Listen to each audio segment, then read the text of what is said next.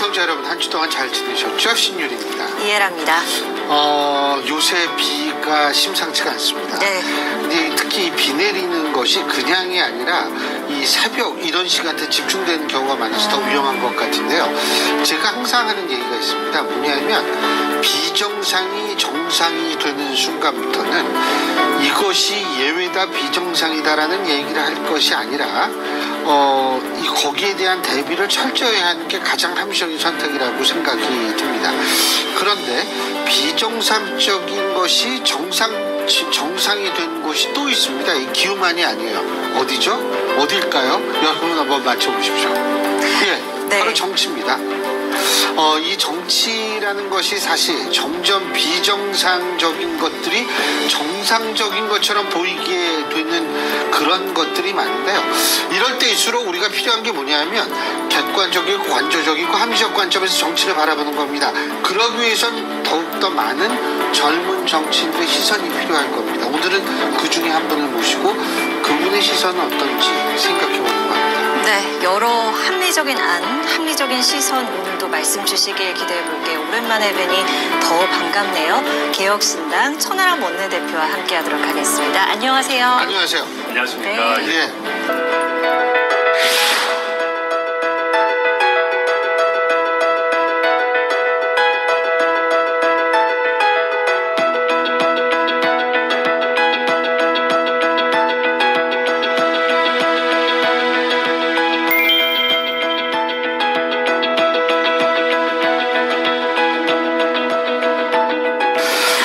어떠세요? 바쁘게 보내고 계시죠? 네, 원래 이게 초선 의원이 되면 좀 해볼래 하면서 좀 이렇게 원외 생활과 달리 원내 생활 좀 즐기기도 하고 그래야 되는데 그렇죠. 예, 좀 네. 폼도 잡고 네, 바로 원래, 그 얘기하려고 그랬어요. 예, 그래야 되는데 저희는 그럴 새가 없이 다들 너무 바빠가지고 너무 눈코 뜰 새 없이 예, 바쁜 굉장히 일정에. 1인 10역 정도는 해야 되기 때문에 굉장히 바쁘고 또 책임감이 넘치는 생활을 하고 있습니다. 어제 국세청장 인사청문회장에서도 많은 활약하셨던 걸로 제가 좀 봤는데 네. 궁금한 거 좀 해소되셨어요? 어떠셨어요? 네, 뭐 어느 정도는 해소했는데요. 그런데 이게 참 어렵습니다. 요즘은 국세청장 인사청문회 정도를 해가지고는 국민들이 별로 보시지도 않아요. 워낙 막 법사위 이런 데서 막 5만 가지 일들이 벌어지기 때문에 저희는 그런 와중에도 그래도 우리 국세 행정의 최고 책임자이기 때문에 뭐 여러 가지 논란이나 아니면 특히 처가의 재산이 그분이 좀 굉장히 많으세요. 그래서 혹시 세무 행정을 하시는 과정에서 이해 충돌은 없을지 이런 부분들을 최대한 차분하게 잘 검증하려고 노력했습니다. 처가 말씀하셔서 네. 의원님 친정 국민의힘이에요? 저는 요새는 뭐 친정 이런 표현을 썩 좋아하진 않습니다. 왜냐하면 그건 너무 로맨틱한 느낌이지 않습니까? 뭔가 돌아가야만 될 것 같고. 근데 저희는 그렇게 생각은 하진 않고요. 다만 제가 처음 시작한 곳은 맞으니까 그렇죠. 네. 아니 전당대회 이제 막 바라보시는 맞아요. 심경이 복잡미묘하실 것 같아서. 진짜 그러니까 국민의힘에 희망이 있나? 그런 생각이 많이 듭니다. 이유가요? 그러니까 총선을 지고 어쨌든 새롭게 시작하는 전당대회인데 쇄신이나 변화에 대한 얘기들은 찾아보기 거의 힘들고 이게 그냥 거의 약간 그냥 폭탄 던지고 있어요 지금. 뭐 이러다 다 죽어가 생각나는 그냥 약간 거의 무슨 자폭하는 형태의 전당대회가 되고 있고 그러다 보니까 아니 정말 이렇게 극단적인 여소야대 국면에서 어떻게 정치력을 발휘하거나 아니면 앞으로 이 어려운 여론 지형을 반전시킬지에 대한 논의는 사라져 버렸습니다. 저는 어쩌면 이걸 보면서 박근혜 대통령의 탄핵이라는 상징적인 사건으로 대한민국의 1세대 보수 담론이라는 게 거의 약간 막을 내린 거 아닌가 하는 생각이 듭니다. 그래서 그 이후에 어쩌면 김종인, 이준석 체제를 통해서 뭔가 변화를 꾀하려고 했는데 그런 시도들은 어느샌가 다 좀 이렇게 쓸려 없어져 버리고 이제는 국민의힘에 남은 거라고는 이재명을 막자라는 것밖에 안 남은 거 아닌가. 어쩌면 국민의힘의 정치 수준이라는 게 이재명 대표 수준에 수렴된 게 아닌가라는 생각이 들고 결국 그러다 보니까 국민의힘에서도 많은 당원들과 지지자분들도 이걸 통해서 우리가 새로운 담론이 나오고 새로운 정체성이 나오고 방향성이 나오기를 기대한다기보다는 그냥 누가 당대표가 됐을 때 이재명과 맞서서 잘 싸울까? 그냥 그 정도의 관전 포인트를 하고 계시는 것 같고 그 당대표 후보들도 제대로 된 방법론에 대한 제시 없이 누가 잘 싸우냐 얘기하다가 근데 이제 그게 약간 이상하게 내부 총질 대결처럼 되어가고 있어서 지금 보면 이재명의 민주당에 맞서 싸울 전략조차도 안 나오고 있는 거 아닌가. 그냥 자기들끼리 싸우다가 그냥 끝나는 그런 전당대회로 가고 있는 것 같아서 굉장히 안타깝게 보고 있습니다. 근데요. 네. 그러한 현상들과 사실은 윤 대통령의 당에 대한 그립감이라고 그래야죠. 장악 정도.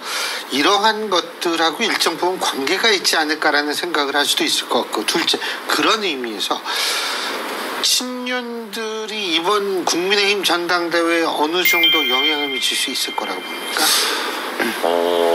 지금 나오는 여론 지표보다는 영향력이 있을 거라고 봅니다. 네, 그러니까 지금은 이제 여론조사고 실제 당원 투표를 열어보면 친윤 조직표의 어떤 영향이라는 거는 꽤 클 거라고 봐요. 저는 그래서 한동훈 후보가 아주 여유 있게 이길 것인가는 잘 모르겠습니다. 결선 투표 간다? 저는 갈 수도 있다고 생각합니다. 그게 정말 당원 표심 다르거든요. 근데 좀 슬픈 얘기지만 원희룡 후보가 조금만 더 잘하셨으면은 대통령과 당대표가 정말 불구대천으로 싸우는 상황을 피하고 싶은 수많은 국민의힘 당원들의 의사를 본인이 끌어안았을 겁니다. 근데 제가 봤을 때 안타깝게도 원희룡 후보께서 확신을 줄 만한 퍼포먼스는커녕 굉장히 실망스러운 모습을 많이 보여주고 있기 때문에 그런 표심을 못 안고 있어요. 그러니까 무슨 얘기냐면 밑바닥에서는 조직표를 막 열심히 긁는데 그게 약간 원희룡 후보한테 안 가는 그런 모양새고 나경원 후보는 상대적으로 그냥 무난한 본인에게 기대되는 수준의 퍼포먼스를 하는 것 같은데 그렇다고 해서 그 조직표를 본인이 다 끌고 가기에는 역부족인 상황이라 한동훈 후보가 잘해서가 아니라 원희룡 후보가 좀 약하다 보니까 이 조직력이 잘 발휘 안 되는 지지부진한 국면으로 가고 있는 건 아닌가 저는 그렇게 봅니다. 후보자들 사이에서 좀 나타나고 있는 모습이 좀 안타깝다. 좀 아쉽다. 그러니까 네. 저는 아쉽다라는 정도를 넘어서 좀 표현이 그렇지만은 미친 것 같습니다. 아니, 네. 왜냐하면 너무 지금 사람들이 마음이 급하고요. 서로 내가 잘 되지 않더라도 저 인간 잘 되는 꼴은 못 보겠다라고 해가지고 그냥 완전 공격 일변도입니다. 그 대표적인 인물이 사실 장해찬 전 최고위원일 것이고 근데 그 이전 타이밍으로 한번 돌아가서 문자 메시지를 전략적으로 공개할 수 있죠. 한동훈 후보의 총선 패배 책임론도 띄우고 반윤 후보다라는 거를 띄우기 위해서 공개할 수도 있습니다. 그런데 아무리 마음이 급해도 댓글팀이라는 용어가 나오는 문자를 공개한다. 이게 말이나 되는 겁니까? 그러니까 이게 김경수 지사 때도 보면은요. 댓글팀 이런 거 얘기 나오면 처음에는 다 그런 얘기 합니다. 이거 자발적으로 한 거고 문제되는 게 아니고. 근데 파보면 문제될 구석들이 나옵니다. 근데 저는 이번에 이 댓글팀이라고 하는 용어도 아직까지는 불법성이 구체적으로 드러난 건 없지만 이렇게 계속 이슈가 되면은요. 한동훈 특검법에 당연히 그 내용 포함시키자고 할 겁니다. 그러면 그 특검이 정말로 하게 됐을 때 한동훈 댓글팀만 파겠어요? 특검이 그와 연관된 그러면 김건희 여사 댓글팀은 없는지도 관련 사건으로 수사하겠다라고 난리칠 겁니다. 그래서 나중에 이 사건을 한 10년 아니면 5년 지나서 들여다봤을 때 이명박, 박근혜 두 분이 치열하게 붙었던 전당대회 때처럼 전당대회가 이 모든 어떤 본인들 입장에서 불행의 씨앗이었구나. 야, 그때 우리가 왜 댓글팀이라는 거를 공개했을까라고 뒤늦게 후회하는 당을 폭파시키는 전당대회로 남을 수도 있겠다. 저는 그렇게 생각합니다. 그렇겠죠. 그리고 저는 재밌는 거는 수많은 특검 중에 한동훈 특검만 현실화될 것 같아요. 왜요? 그러니까 이준석 대표도 이런 얘기를 예전에 했는데 그때는 저는 아주 그냥 추상적인 얘기였다면 저는 이제 구체화됐다고 생각합니다. 자, 한번 생각해 보십시오. 네. 야당들 입장에서 한동훈 특검 띄웠을 때 조국 혁신당이 밀어붙였을 때 민주당은 약간 미온적이었어요. 한동훈 특검까지 해야 되나? 근데 이런 식으로 댓글팀 얘기 나오니까 민주당도 안 하기가 어려워졌습니다. 그럼 민주당이 해서 본회의 통과시키겠죠. 대통령 당연히는 모르겠습니다. 그러나 다른 특검들과의 균형을 생각해서 거부권 쓸 겁니다. 한동훈 특검법 통과되면. 근데 그래서 제2를 붙여주면 친윤들이 찬성할 수도 있다. 정확합니다. 재의결 왔을 때 무기명 투표가 되면 저는 이철규, 조정훈 뭐 이런 분들 찬성의 도장 엄청 찍을 분들이 지금 머리에 떠오릅니다. 저는 그래서 친윤들이 한동훈 특검까지 거 재의결 통과시켜버리자라고 하면 이 정도로 감정이 안 좋아진 상황이라면 저는 충분히 가능성 있다. 그래서 한동훈 특검법이 출범하게 되는 어떤 단초가 이번 전당대회에서 이미 생긴 거 아닌가 싶고요. 그리고 여기 제가 너무 상상력이 과잉일지 모르겠지만 그렇게 되잖아요. 한동훈 후보가 설령 당대표가 돼도 끌어내리려고 할 겁니다. 그래서 저는 친윤들이 찬성표 누를 거라고 생각합니다. 근데 그 친윤들이 왜 이렇게 한동훈 전 위원장을 그렇게 호감어린 시선으로 바라보지 않을까요? 예? 단순히 잠재적 미래 권력이기 때문에?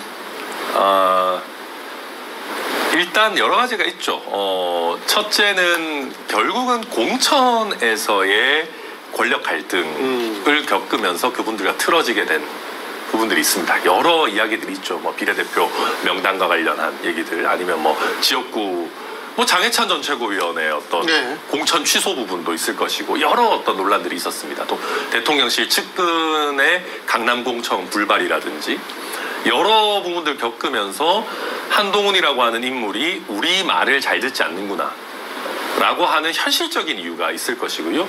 그리고 그거 이상으로 대통령과 대통령 배우자의 배신감이라고 하는 것이 결국 친윤들에게 전이 될 겁니다. 지금 대통령께 이준석, 한동훈 중에 누가 더 밉냐라고 하면 아마 한 100배 정도의 강도로 한동훈이 더 밉다고 할 겁니다. 왜냐하면 믿었던 본인의 후배니까. 그 대통령 내외가 외국에 갔다 오면 넥타이를 똑같은 걸 2개 산다 그러잖아요. 하나는 대통령 하시고 하나는 한동훈 위원장에게 줄 정도로 정말 각별하게 생각하는 후배였는데 어떻게 우리를 배신할 수가 있지? 문자 일심 논란도 결국 근본은 그거잖아요.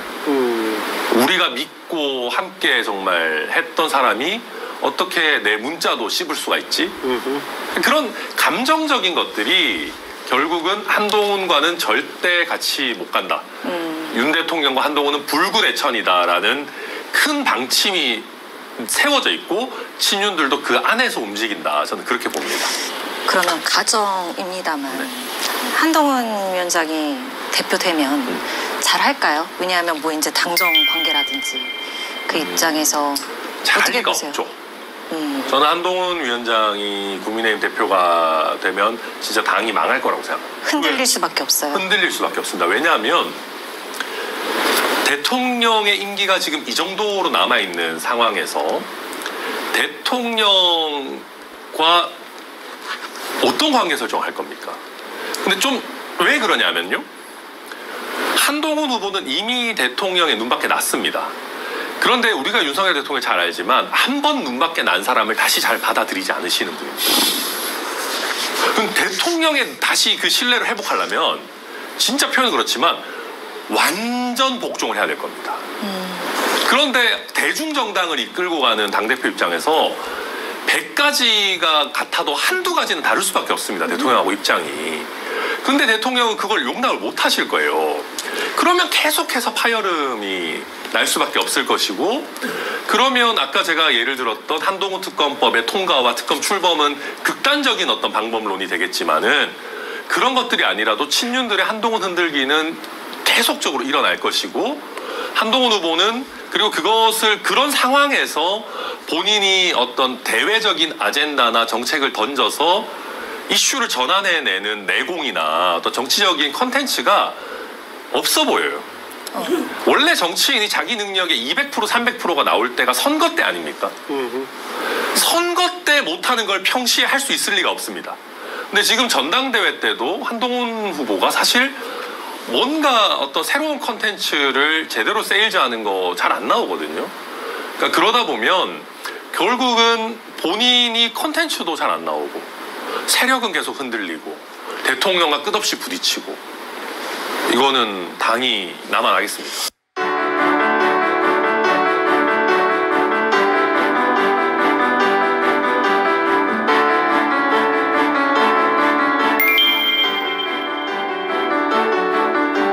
자, 좀 화제 바꿔서 청문회 있잖아요.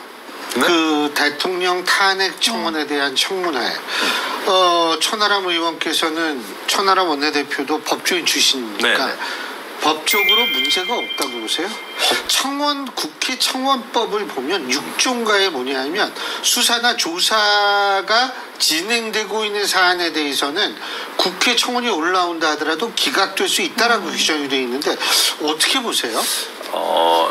사실은 이게 이제 법률적으로 딱 위법이다라고 하기는 쉽지 않습니다. 저도 예. 검토를 해봤는데 왜냐하면 국회법이라고 하는 것은 국회의 어떤 정치적 결단들이 있으면 대부분 위법의 문제가 잘 안 생깁니다. 그러니까 헌재로 가더라도 입법부의 재량을 인정하는 결정들이 사실 많이 나오고요. 그러니까 말씀하신 것처럼 탄핵 청문회, 그러니까 뭐 이제 탄핵 청원에 대한 이제 청문 절차인 건데 탄핵 청원 전부가 그러면 수사의 대상이 현재 되고 있냐라고 하면 애매한 부분들이 있습니다. 그렇기 때문에 저는 이게 불법의 영역에 있다고 보진 않고요. 근데 다만 지금 청문회 한다는 거는 최상병 최상병 관련 문제, 김건희 여사에 관한 문제 두 개의 청문회 주제가 두 개 아닙니까? 그 주요 꼭지가 이제 주로 예. 뭐 일정 부분 수사받고 있는 부분인 것인데 그렇다고 해서 질문이 다 100% 그러면 수사 대상에 대한 부분일 거냐? 그렇지는 않을 겁니다. 그러니까 뭐 그 백그라운드라든지 뭐 여러 가지 물어볼 수 있기 때문에 그리고 전체적으로 그런 부분들에 대해 가지고 또 답변을 거부할 수 있는 법적 절차도 있기 때문에 뭐 무조건 위법이다라고 하기는 어려울 것 같고요. 다만 정치적으로 봤을 때는 좀 과하죠. 언제부터 우리 국회가 청원이 들어왔을 때 청문회까지 잡아주고 대통령 배우자까지 불러가지고 증인으로 불러서 얘기했습니까? 사실 좀 이상한 거죠. 그리고 요즘 민주당이나 다른 뭐 조국혁신당을 포함한 여러 야당들을 보면 탄핵이라는 절차를 너무 가벼이 여깁니다. 맞아요. 그러니까 이건 아주 무거운 절차이고 예를 들면 예방적 탄핵 이런 거는 말도 안 되는 겁니다. 뭐 방통위원장이 우리 말 안 들을 것 같고 뭐 이상한 거 할 것 같으니까 예방적으로 탄핵하자. 이거는 말도 안 되는 것이고 검사를 탄핵하는 것도 저는 이거는 거의 약간 말이 안 되는 영역으로 예. 들어와 있다고 생각을 하고 그런 면에서 그 중에서도 가장 무거운 대통령 탄핵이라고 하는 절차를 국민의 청원이라고 하는 것을 빌려가지고 보다 캐주얼한 절차로 5만 사람들을 불러서 좀 표현이 그렇지만 족칠 수 있는 그런 절차로 끌고 간다라는 거는 저는 우리가 탄핵이라는 것을 조금 너무 가벼이 여기고 있는 점에서 부당하다라고 저는 생각을 하고 동시에 윤석열 정부도 정신 차려야 되는 것은 더불어민주당이나 지금 봤을 때 말도 안 되는 행태를 보이는 게 한두 가지가 아닙니다. 그럼에도 불구하고 역풍이라는 게 저는 거의 안 느껴집니다. 그렇게 그 역풍이 안 느껴진다. 예. 저는 좀 다르게 생각하고 그러십니까? 예. 뭐냐면 지금 각종 여론조사를 보면 사실은 민주당의 지지율이나 대통령의 지지율이나 거기에요. 예? 대통령 지지율, 민주당 지지율 1%가 2%포인트밖에 차이가 안 나요. 전 그 저조한 게 역풍이 아니겠어요, 결국은? 일정 부분 맞죠. 그런데 제가 말하는 역풍이라고 하는 것은 대통령 지지율을 끌어올릴 수준의 역풍을 말씀드리는 겁니다. 대통령이 불쌍하다. 그러니까 노무현 대통령의 탄핵 역풍 그 정도까지는 안 가더라도 그러니까 제가 그냥 단적으로 이렇게 여쭤보고 싶습니다. 오늘 이 총선이라면 결과가 많이 달라졌을 것인가? 국민의힘의 득표가 확연히 올라갔을 것인가? 몇 석은 더 건졌을 수도 있다고 생각합니다. 그러나 저는 어떤 경우에도 일당이 국민의힘이 되는 일은 지금 투표에도 없을 거라고 생각합니다.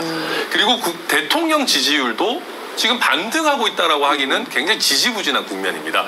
대신에 역풍이라기보다는 반발은 있죠. 뭐냐 하면 윤석열 대통령의 지지율보다 탄핵해야 된다라고 생각하는 국민들이 현저히 적습니다. 그러니까 대통령이 국정 운영을 잘 못한다라고 생각하는 국민들보다 탄핵해야 된다는 국민들이 적죠. 왜 그러냐? 당연히 적지만 저는 이게 굉장히 유의미한 이유가 뭐냐면 이게 이재명 대표의 사법 리스크가 현실화되기 전에 빨리 윤석열 대통령을 끌어내려야 된다라는 조급함이 보이기 때문에 국민들이 쉽사리 못 받아들이는 거예요. 윤석열 대통령도 잘못하고 있지만 그렇다고 해서 우리가 이 대통령직을 탄핵을 해가지고 바로 이재명 대표에게 넘겨줄 수는 없다. 이재명의 민주당이 170석을 가지고 여당이 되는 게 더 위험하다라는 국민들이 있으신 거죠. 그런 면에서에서 일정 부분 지금 더불어민주당이 이상한 행태들을 보이고 있는 것이 국민들로 하여금 야 이거 이재명 대표나 더불어민주당에게 행정 권한이 넘어가서 안 되겠는데 라고 하는 그 우려를 불러일으키고 있는 건 사실이죠. 근데 그게 윤석열 대통령을 확 지키자거나 윤석열 대통령을 도와주자라고 할 정도의 세기는 아니에요. 전 윤석열 정부도 그런 면에서 정신 차려야 되고 이재명 대표에 대한 비호감을 제대로 못 끌어안고 있고 반대로 이재명 대표도 윤석열 대통령에 대한 비호감을 맞아요. 본인들이 이상한 거 예. 하면서 못 끌어들이고 있는 국면에서 저희 개혁신당이 잘해서 그걸 잘 받아야 되는데 저희도 아직 좀 갈 길이 멀지 않습니다. 뭐 시간 아직 많이 남았는데요. 그럼요. 네. 그 앞으로 개혁신당 아까 맨 서두에 국민의힘과의 관계 설정을 좀 분명히 하겠다는 식으로 제가 이해를 했는데 네. 중요한 거는 뭐 중도도 좋고 하지만은 뭐 민주당하고도 분명히 하는 이른바 모두 까기 모드로 계속 갈 겁니까? 지금으로서는 그렇습니다. 지금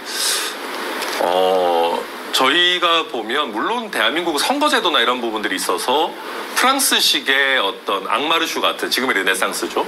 그런 어떤 실용주의 뭐 중도 정당 같은 게 등장하는 게 매우 어려운 뭐 정치 환경인 것은 맞습니다. 그래서 저희 개혁신당도 뭐 주요 구성원들이 또 뭐 정치 철학적으로는 다소 보수적인 성향이 있는 것도 사실이기 때문에 저희가 보수 정당 아닙니다라고 이야기해도 또 국민들 입장에서는 헷갈리시는 부분들이 있을 거라고 생각합니다. 그런 면에서 말씀하셨듯이 다만 제가 한 가지 정확하게 약속드릴 수 있는 거는 저희는 그렇다고 해서 국민의힘이랑 앞으로 뭘 같이 한다라는 거를 염두에 두고 국민의힘을 살살 까지도 않을 거고요. 반대로 민주당이랑 뭘 같이 하려고 한다고 해서 민주당 눈치 보는 일도 없을 겁니다. 저희는 그냥 원래도 그런 사람들이었습니다. 그냥 원래도 자기 할 말하고 사는 그 당 안에 있을 때도 심지어 싸가지 없는 인간들이라는 소리 듣던 사람들이고 지금은 당 밖으로 나와서 자유도가 더 늘었는데 이제 와서 눈치 볼 생각은 없습니다. 그래서 저희는 저희 소신대로 해보고 저희 소신이 정말 대한민국 정치의 주류가 되고 아니면 세대교체의 어떤 플랫폼이 되고 그러면 제일 좋고요. 그럴 각오를 일단 열심히 해봐야죠. 저희는 이념적 지향성에 대해서 많이 묻는다면 네. 우리의 정체성의 가장 중요한 부분을 차지하는 지향성은 뭐라고 보십니까?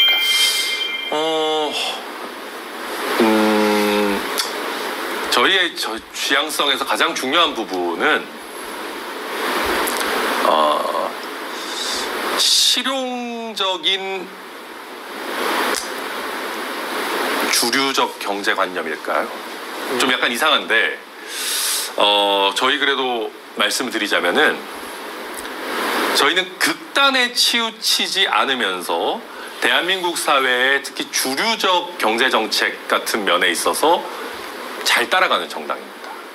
그리고 외교적인 면에 있어서도 예. 극단에 치우칠 생각은 없지만 사실 블루팀적인 성격을 분명히 가지고 있는 정당입니다. 저희가 뭐 종북 같은 거 하지 않습니다. 쉽게 얘기해서. 그렇다고 해가지고 저희가 뭐 미국이 하자는 대로 100% 하자라는 것도 아닙니다. 저희는 그런 면에서 굉장히 약간의 보수 성향이 있는 중도 실용 정당이라고 저희는 생각하고 특히 경제 정책의 면에 있어가지고 터무니없는 말도 안 되는 뭐 이상한 거, 뭐 소득주도 성장 이런 거 안 합니다. 기본소득. 네, 뭐 그런 거 저희 이상한 거 잘 안 하려고 하고 다만 저희가 그렇다고 해서 국민의힘식의 뭐 신자유주의나 낙수경제론과는 조금 다르게 저희는 지속 가능성과 미래 세대의 관점에서 조금 더 잘 살펴보려고 합니다. 무슨 얘기냐면 재정 지출의 구조조정이 명확하게 잘 되지 않는 상황에서 무작정 감세만 하는 것도 저희는 미래 세대의 관점에서 봤을 때 과연 정의로운가? 네. 저는 그래서 세대 간 정의의 측면에서 대한민국의 지속 가능성을 담보하는 그런 형태의 정치 집단이 되고 싶다. 그런 생각을 가지고 있습니다. 알겠습니다. 뭐 하여간 정치라는 건 생물이니까요. 네. 그리고 이게 앞으로 우리나라 정치정이 또 어떻게 변할지 모르겠습니다. 근데 가장 중요한 것은 국민들한테 정말 시원하고 정말 너무 정략적이지 않다라는 인상 하나 주는 것만 하더라도 개혁신당은 전 충분히 지금 정치판에서 좋은 역할을 하고 있다고 봐요. 예. 예, 저희도 좀 머리 위에 끈 달려 있지 않은 국회의원들이 좀 더 늘어났으면 좋겠습니다. 제가 맞습니다. 여야 의원들을 정말 열심히 꼬시거든요. 우리 같이 오고 한번 조금 중재안이 됐든 타협안이 됐든 그 당 주류와는 약간 다른 목소리 내보자고 제가 열심히 꼬시고 다니는데 그게 지금 한국 정치 실정에서 참 어렵습니다. 저희 개혁신당이 참 그래도 국민들께 감사한 거는 어쨌든 저희 3명은 자유로운 정치인들입니다. 그런 멸종 위기종이라고 할 수 있는 소심파 정치인, 자유로운 정치인을 어쨌든 이번 선거를 통해서 배출해 주신 게 정말 너무 감사하고 앞으로 그게 개혁신당이라는 플랫폼을 통해서든 아니면 개혁신당이 그런 정치 문화를 확산시켜서 타당의 의원들을 어떤 변화시켜서든 저희는 이렇게 좀 약간의 다른 목소리를 용기를 가지고 내는 정치인들을 많이 만들고 싶고 그렇다라고 한다면은 국민들께서 아까 이 무더운 날씨만큼이나 짜증나는 게 정치라고 하셨는데 조금은 청량감 있는 정치를 보실 수 있지 않을까 이렇게 기대합니다. 네. 그렇게 해주실 거예요. 예. 열심히 하겠습니다. 오늘 말씀 잘 들었습니다. 고맙습니다. 감사합니다. 네, 본격 장마철인데 빗길 조심하시고요. 저희는 다음 이 시간에 인사드릴게요. 함께해 주신 여러분 고맙습니다. 고맙습니다.